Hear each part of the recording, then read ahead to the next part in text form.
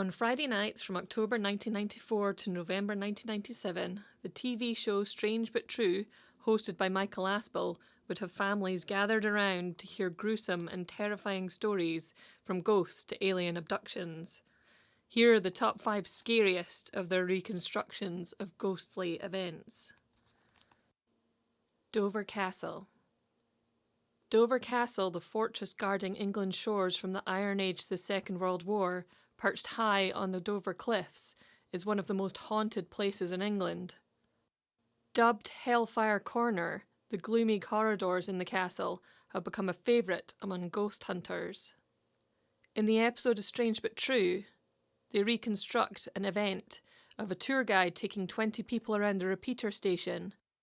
A woman is staring into the distance, then becomes scared, and then faints.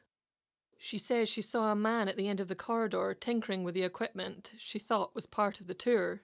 He started to walk towards her, but then he went through the barrier and right through her.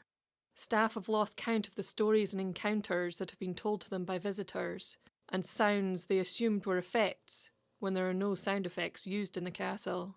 The Hellfire tunnels were sealed for half a century until they were opened for tours which are supervision only. Another reconstruction shows a tour where there's a father and daughter who appear to be talking to an invisible man. The father runs out after him, and the daughter is left very scared. The father said he was talking to a man who called himself Bill Billings, and he said he was killed there.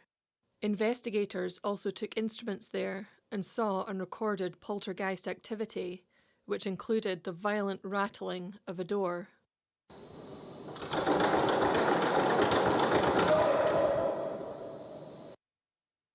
Borley Rectory.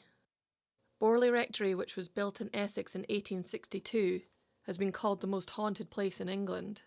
In the Strange But True episode, they list the many hauntings that have gone on there. The daughters of the first minister to live there saw a hooded and cloaked figure in the garden, which disappeared. The next minister and his wife, Mr. and Mrs. Smith, found a skull wrapped in paper and would hear the ringing of a bell even when they had it disconnected. Another reconstruction in Strange But True is of the old vicar and his young wife, Mr. and Mrs. Foyster. She claimed to have found pebbles under her pillow and had things thrown at the vicar. Visitors would hear ringing bells, and the magistrate, when he visited, witnessed broken crockery outside of the door and bottles floating in mid-air. Many people thought that Mrs. Foyster just wanted the excitement because of moving from the city to the countryside, but there were many other witnesses besides her. After the Foysters moved out, Harry Price, the famous paranormal investigator, moved in, and he invited people to stay to witness the events. The editor of the local newspaper doubted, so he went and they placed cotton thread over the doors to make sure that no one was messing about. The next morning, they found scratches on the walls and undecipherable messages. After Harry Price died, a fire destroyed Borley Rectory, and bones were found in the demolition. They were buried by a new minister, who also said that strange happenings continued in the church. People have reported hearing organs being played when the organ is locked and shut, and a sound of pebbles falling when there are no pebbles on the ground. Investigations have continued, and there has been a recording of growling within the church.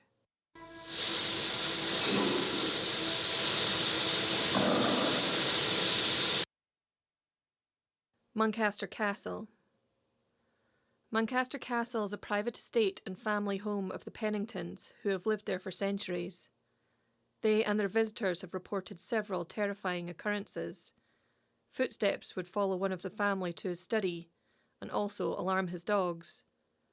A guest had his door to his bedroom fly open, and later that night the handle rattled furiously. The most terrifying tale to come out of Muncaster Castle is that of Tom Skelton, also known as Tom Fool. He was a medieval jester at the castle who would frequently sit outside under an old tree and wait for passers-by to ask for directions. If he didn't like the look of them, he would send them down to the quicksand by the River Esk. A portrait of him is shown in Strange But True. It shows a scowling Tom Skelton holding his will which predicts his own death by drowning. A reconstruction shows a visitor studying this portrait when she hears footsteps on the stone approaching behind her. She turns to see who it is, and there's no one there, and also the entire corridor is carpeted. The most haunted room of the castle is the tapestry room. When guests were still allowed to stay in that wing of the castle, several of them reported hearing footsteps, doors opening and shutting, and perhaps most disturbing of all, a child crying, and someone muttering and murmuring trying to soothe it. Lord Carlisle, who stayed there one night in the 80s, described hearing the loud crying of a baby from inside his room, and has refused to ever stay at Muncaster again. And whilst investigating these claims, the family historian discovered that before the renovation of the castle, the tapestry room and surrounding area were the nurseries. The fourth Lord of Muncaster lost his only daughter Margaret when she was only 11 years old, and it is said that before she died, she would suffer from terrible screaming fits. The Enfield Poltergeist. In 1997 in North London, there was a haunting that is said to be the best documented poltergeist activity ever. The reconstruction in the episode of Strange But True is truly terrifying. One warm summer evening, sounds and banging were heard from the children's room, but when their mother went through to investigate, she heard it still, and some furniture moved. They ran out of the house to a neighbour and called the police. Whilst the police were there, they witnessed a chair sliding across the floor, and the poltergeist activity continued and got worse. The press found out and came to take photos and witnessed items thrown, and people were hit on the head. A paranormal investigator has a hot marble thrown at him, and he studies the family to see if they are trying to fool everyone. More press and investigators found out, and they had items thrown at them as well. The activity seemed to be centred around the 11-year-old girl, Janet, who would go into trance-like states and fits, and when tranquilised, she was found asleep high up on an old radio set. The pictures taken of the investigation are truly chilling, and the recording of the ghost is even worse. After the events became more violent, the investigator tried to communicate. It started with knocks in response to questions, and then it spoke. And I fell asleep, and I died in a chair. The scariest fact was that the voice was coming from the little girl Janet. The activity eventually died down in 1978, but the case is still hotly debated on whether it is the truth or a hoax. I highly recommend watching this episode. The Stocksbridge Bypass. In the 1990s, a new section of road near Sheffield was constructed to bypass the village of Stocksbridge. One security guard, who was described as a very experienced professional, saw a circle of children dancing at midnight in the field, far from any houses.